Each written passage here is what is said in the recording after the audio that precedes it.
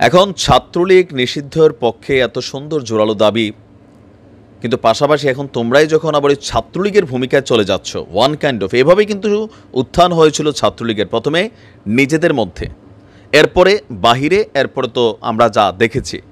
এখন যেই বৈষম্য বিরোধী ছাত্র আন্দোলনের নেতারা ছাত্রলীগকে নিষিদ্ধের পক্ষে জোরালো দাবি জানিয়েছিল, নিষিদ্ধ হয়েছে, কিন্তু এখন নিজেরাই এই ধরনের কর্মকাণ্ডের সাথে যদি আবার সম্পৃক্ত হয়, তাহলে মানুষের কাছে যেই আস্থার জায়গা আছে, মানুষের কাছে যেই ওজনটা আছে, সেটা কিন্তু হারাইতে বেশিক্ষণ সময় লাগবে না। আজকে ন্যাক্কারজনক ঘটনা ঘটেছে সুনামগঞ্জে।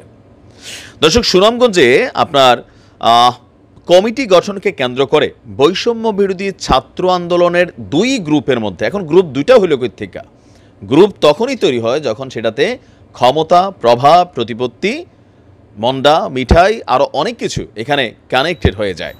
তো এই ঘটনাটির প্রেক্ষাপটটা হচ্ছে, মানে এখানে বিষয়টা হয়ে গেছে কি, এই ঘটনায় 5 জন আহত হয়েছেন নিজেরা নিজেরা মারামারি করে।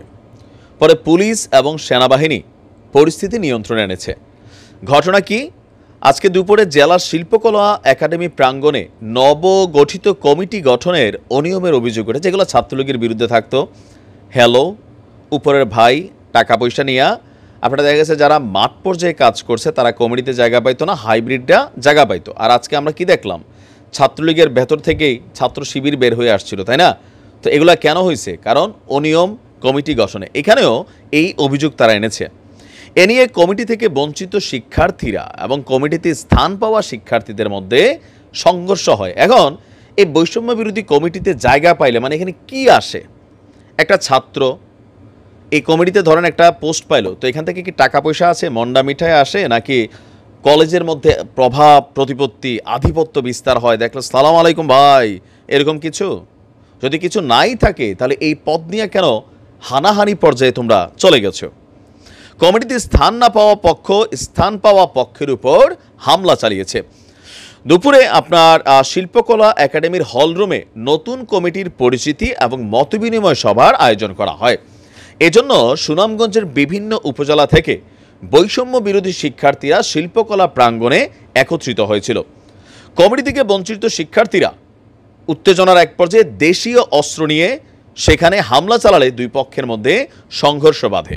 এতে 5 জন আহত হয়েছেন।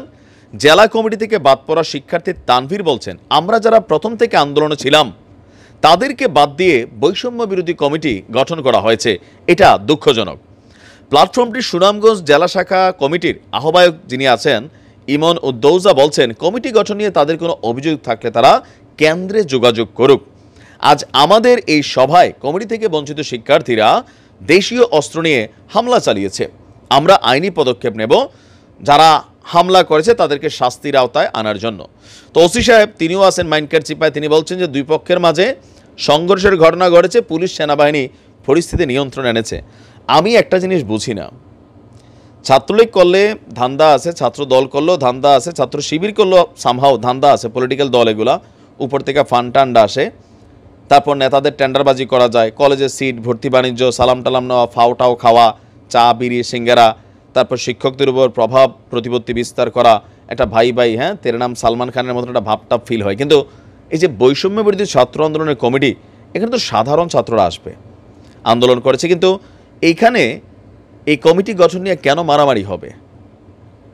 আর যদি এগুলাই ঘটে তাহলে তো মানুষের মধ্যে প্রশ্ন উঠবে, এই পোস্টের মধ্যে আসলে ধান্দাটা কি? আর যারা কেন্দ্রীয় সমন্বয়ক আছেন, আপনাদের কন্ট্রোলিং নিয়ে প্রশ্ন উঠবে, যে আম বানাচ্ছেন সেটা চিপতে পারবেন তো নাকি? ছাত্রলীগের কেন্দ্রীয় কমিটি নিয়ে বরাবরই অভিযোগ ছিল, জেলা বিভিন্ন শাখায় তারা খবর টবর রাখতো না, ওই যাইতো কমিটি দিতে গিয়ে অনেক সময় ধাওয়াও খাই আসতো, এখানে ছাত্রদলের বলে এগুলা ঘটেছে। তবে এগুলা আপনাদের যেই বিশাল অর্জন, সেই অর্জনকে ম্লান করে দিবে। কেন্দ্রীয় সমন্বয়কদের উচিত বিষয়গুলোকে স্ট্রংলি হ্যান্ডেল করা। ভালো থাকুন, আসসালামু আলাইকুম।